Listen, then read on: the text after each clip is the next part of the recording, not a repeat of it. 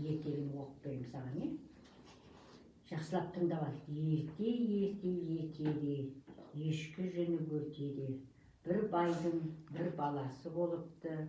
Бай баласының алтын сақасы, 5 төбеті бар екен. Бала сақасын күндіз қалтасына салып, түнде ұйықтағанда басына жастап жататын көрінеді. Бай жайлауға көшеді. Жалғыз баласының алтын сақасы жұртта ұмытып қалып қояды.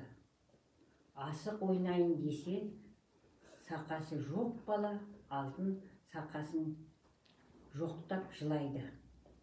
Сонда әкесі көшіп жүргенде жұртта қалыпты, барып алып келе ғой дейді. Бала бармақшы болады да әкесінен: әке, қандай тайға мініп барайын деп сұрайды. Жылқышыдан сұрап мін дейді бай. Жылқышы балаға: құрығыңды құлдыратып, жүрегіңді сылдыратып, жылқыға бар. Қай тай бетіңе қараса, соны мін. Алтынның жанында жын-шайтан, мыстандар жүреді. Абай бол дейді сақтандырып. Бала құрығын құлдыратып, жүрегін сылдыратып, жылқыға желісе, шеттегі бір қотыр тай балаға қарай қалады. Ол сол қотыр тайды ұстап жөндейді.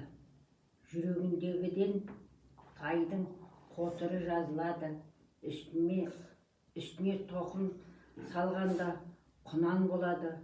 Үстінде ер салғанда дөнен болады. Айылын тартқанда бесте ат болады. Бала үстіне қарғы мінгенде тұлпар болып, көзді ашып жұмғанша жұртқа жетіп келеді. Жұртқа келсе алтын сақасы ошақ басындағы төсек түбінде жатыр екен. Сақа жанында жалмауыз кемпір отыр. Бала кемпірге: шеше, анау жатқан сақамды алып берші дейді. Сонда кемпір бұлай деп жауап береді: шырағым, өзің түсіп ал.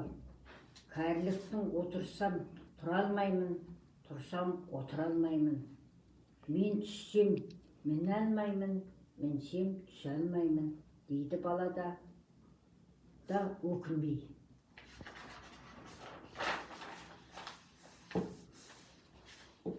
Осы сәтте бала мінген тай алтын сақаның жанына келіп жатай кетеді. Бала үзеңгіден аяғын суырмай сақаны іліп алады. Тай шаба жөнеледі. Жалмауыз кемпір тұра қуады. Бала қашып келеді. Кемпір қуып барады. Әрі-бері қуып жете алмайтын болған соң, кемпір бір тесін жұлып алып лақтырады. Бір тісін жұлып алып лақтырады. Тісі тайдың бір аяғының жұлып түсіреді. Бір аяғын жұлып түсіреді. Тай 3 аяғымен қашып жеткізбейді.